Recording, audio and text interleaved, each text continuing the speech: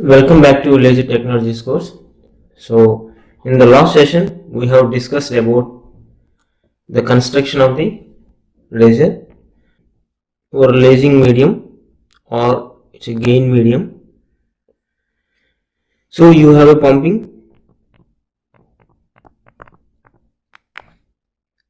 So, you pump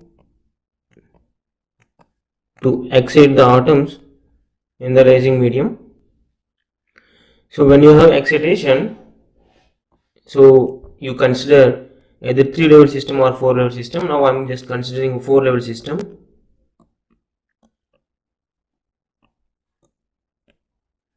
So, you are exciting with your external pump to your E2 state.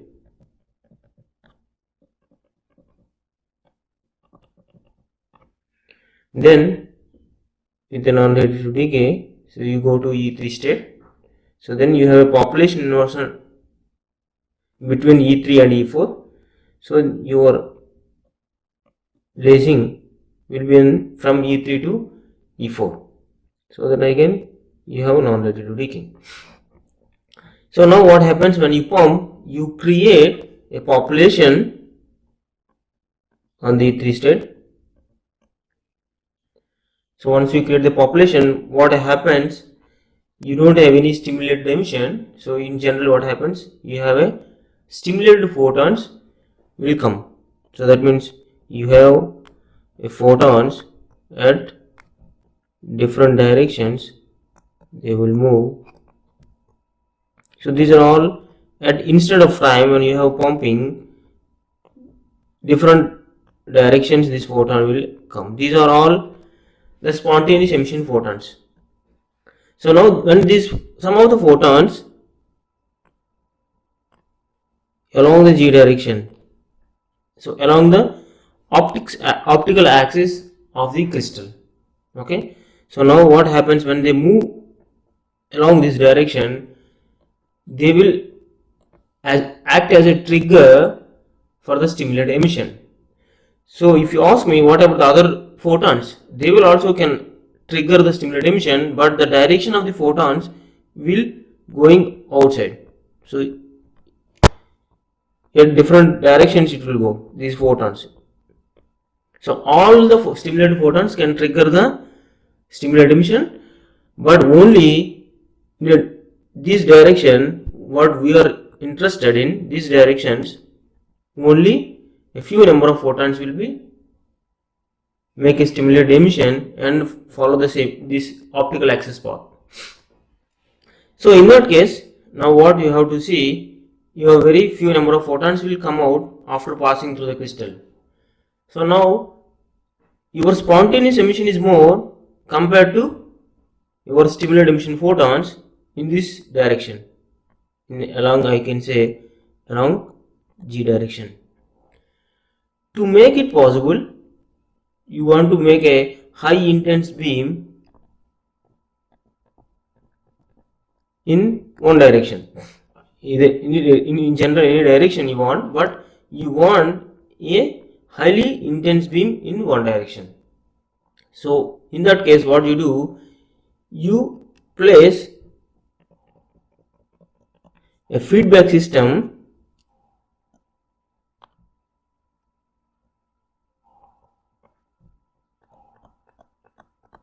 so this is partially a reflected mirror and this is nearly 100% reflection. So why I am saying nearly 100%, it's no ideal case, you never get 100% reflection from the materials. So that's why it's nearly 100% reflection. Now this mirror is a partial reflection mirror. So now what happens over the time?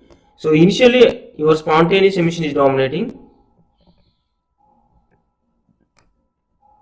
Now over the time what happens, these photons make amplified. That means as I showed you, one photon becomes 2, like exponentially it increases. So then in this case they again come back, because now this is giving a feedback to the your device. So this is feedback mechanism. So now once the photon come out from your lasing medium, they will reflect back. Portion of the photons will reflect back from the mirror M2. Okay, and few of the photons will go through. So now they reflect back again, interact with the gain medium. So they becomes amplified. Now when you come out from the amplification medium, you have more number of photons. Now these photons will nearly 100% reflect. For example, 100 photons, 99 photons almost reflects. So again these 99 photons come back to again gain medium, again amplified. So now you get this process will overcome the spontaneous emission photons. Now your system is stabilized to get the stimulated emission photons and also very high intense. So now this is the way you make your laser resonator, or you can call laser oscillator. Okay, so your oscillator system have a gain plus feedback. So you have a gain because you gain the number of photons, and you will have a feedback. So you are giving your spontaneous stimulated emission photons, again giving to the gain medium. So that you call a feedback system, like in electronics. Okay, so this way, and over the time your amplification is very exponential, you get a high intense beams in this direction. Now initially you have two photons come out, as over the time you have multiple number of photons, you will get now a stream of beam. You will get beam like this. So that means that contains many number of photons. Okay, you will get a continuous light beam in a 4-level system. In a 4-level system, you will get a continuous beam. For example, if you take a 3-level system, you will get a pulsar laser. So now, if you see here in a 4-level system or 3-level system, your pumping in general, you have different pumping mechanisms. For example, you can use optical pumping. So optical pumping, you can use a xenon lamps or any flash lamps. Generally, flash lamps will be used for optical pumping. So it has a many range of frequencies to excite from E1 to E2. Once you excite this E2 state, then you automatically decays to E3. So you will create a population inversion. And similarly, in the 3-level system, you excite to E2 state using our different pumping mechanisms that we discuss in the later sessions. So then you create a population inversion between your E3 to E1. So these two states are involved for population inversion. You will get a pulsar laser, as we discussed in the previous sessions. So this is the overall picture of your lasing action. Okay, so that's what in the last class we see the animation, how this pumping happens, and then when you have a spontaneous emission is dominating initially, so over the time you build the stimulated emission photons inside the cavity. So once you achieve a good amount of power inside the cavity, so you can see by amplification using the cavity, so you will get high intense beam from the laser. So now the key parameters are like here is your gain plus feedback. This feedback is giving to make your spontaneous emission becomes a stimulated emission. So you will overcome the spontaneous emission. So that means your stimulated emission will be higher than your spontaneous emission. So now the key parameters like active medium, which can be gas or a liquid and solid. It need not to be a a solid material, it has to be provided such energy levels, like as we see in a 3-level system or 4-level system. This active medium is suitable to make a population inversion, and eventually it gives a lasing action. So that suitable materials can be a gaseous state, can be liquid state, can be a solid state. So your active medium can be any of these states. And we have different pumping mechanisms. So you can do pumping via optically.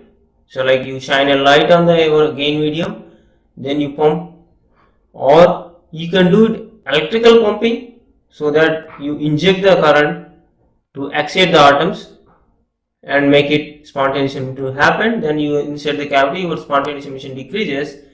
As your time goes on, your stimulated emission dominates. And the similar way you can make a chemical pumping.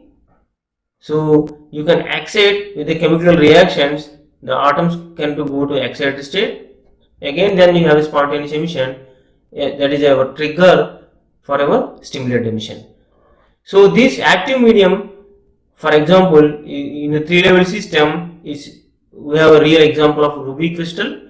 So your ruby crystal is your 3-level system, and for the 4-level system, a famous NdYAG crystal. So here NdYAG means a neodymium doped with yttrium, aluminum, garnet.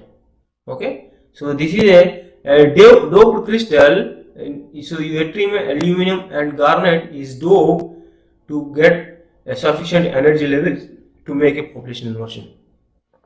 Okay, so that's what you can have. You can have material which are suitable to for different lasing actions, and which are the wavelength which are suitable you want. So all this can be engineered. You can engineer the materials for a proper lasing medium. Okay, so now your resonator, or you can call a laser cavity, which controls your oscillator characteristics. Okay, so that, as I mentioned previously, like your polarization of the light beam, or the intensity of the light beam, or the size of the light beam. So all the properties can be controlled using your resonator. So which direction it can go. So all the properties which are characteristics of the laser system can be tuned using your resonator. Okay, so now come back to the first laser invention, happened in 1960. So the inventor was Theodore Miemann. So he invented the laser system in 1960. Now we completed 60 years of laser invention. See, now you see how the technology changed over the 60 years. So before 1960, you don't know how to make a high intense beams and to study different properties. For example, your nonlinear optics or any sensitive measurements, you require a very sensitive measurements can be done using a laser systems. Okay, so this changed the technology in a widespread. It went into all domains of the fields. For example, like for mechanical engineering, to electrical engineering, for any engineering tools, generally people use lasers to find out. For example, you want to find a long range distances, you can use a laser system. Okay, so it changed the technology in a different ways. So this is the first laser which was invented by Miemann. So what he took here, so the pinkish color rod, so that is a ruby crystal. Okay, so this is a ruby crystal, so which in a pink color, and on both sides you can have a plane surfaces on both sides. So these plane surfaces are coated with the silver atoms. So silver is very good reflector in the wavelength range of around above 500 to almost 1.6 microns. So it is a very good reflection property in this range. So they coated silver atoms on the both surfaces. One surface is like a heavily coated so that it has more reflection to achieve like 100% reflection, and the other side in the sense this side it is partially coated, so that means the reflection percentage is much lesser than the 100%. So now this is the flash lamp they used. You see it is in a curvy shape, like it's a spherical. Now you see it's around the rod. It will go through around the rod so that it is very close intact with the ruby crystal. So all the most of the photons from your flash lamp will interact with the material. Okay, so this is the first laser system invented by Meerman in 1960. So these are the parts. So now this crystal contains a chromium atoms. It's not a just simple crystal. It's a ruby crystal is combination of chromium. So it has a ionic properties, like it's chromium 3 plus. Now these are the energy levels in the chromium. So you pump with 550 nanometers. You exhale from 4A2 state to 4F2 state. Then you have a non-ready to decay 2E state. In general, your 2E state is a degenerate state, so it's like 29 centimeter inverse is the difference between these two states. But you are lasing from your 2E state to a ground state. So eventually this is a 3-level system. So what you can see is the output radiation, the lasing wavelength, which is at 694.3 nanometers. Okay, so as I mentioned you, so there is R1 and R2, the transition from in the degenerate states R1 and R2. Your R1 from the lowest state to ground state is highly probable. So that's why you can see the intensity is quite high at 694.3 nanometers, and R2 is 692.9 nanometers. You see the difference of 2 nanometers, close to 2 nanometers is the difference between these two states. Okay, so this is the first laser system achieved with in the visible range. See, and eventually happened, it falls in the visible range. So this is our first laser. Laser means a light amplified. That means your light means it is wavelength from 400 nanometers to 700 nanometers that falls in the optical region. So this is your first laser system. So these results were published in Nature in 1960. So if you want to go through the paper, you can go through this Nature journal with your volume number and page number. Okay, I think this is not 49, this is 493.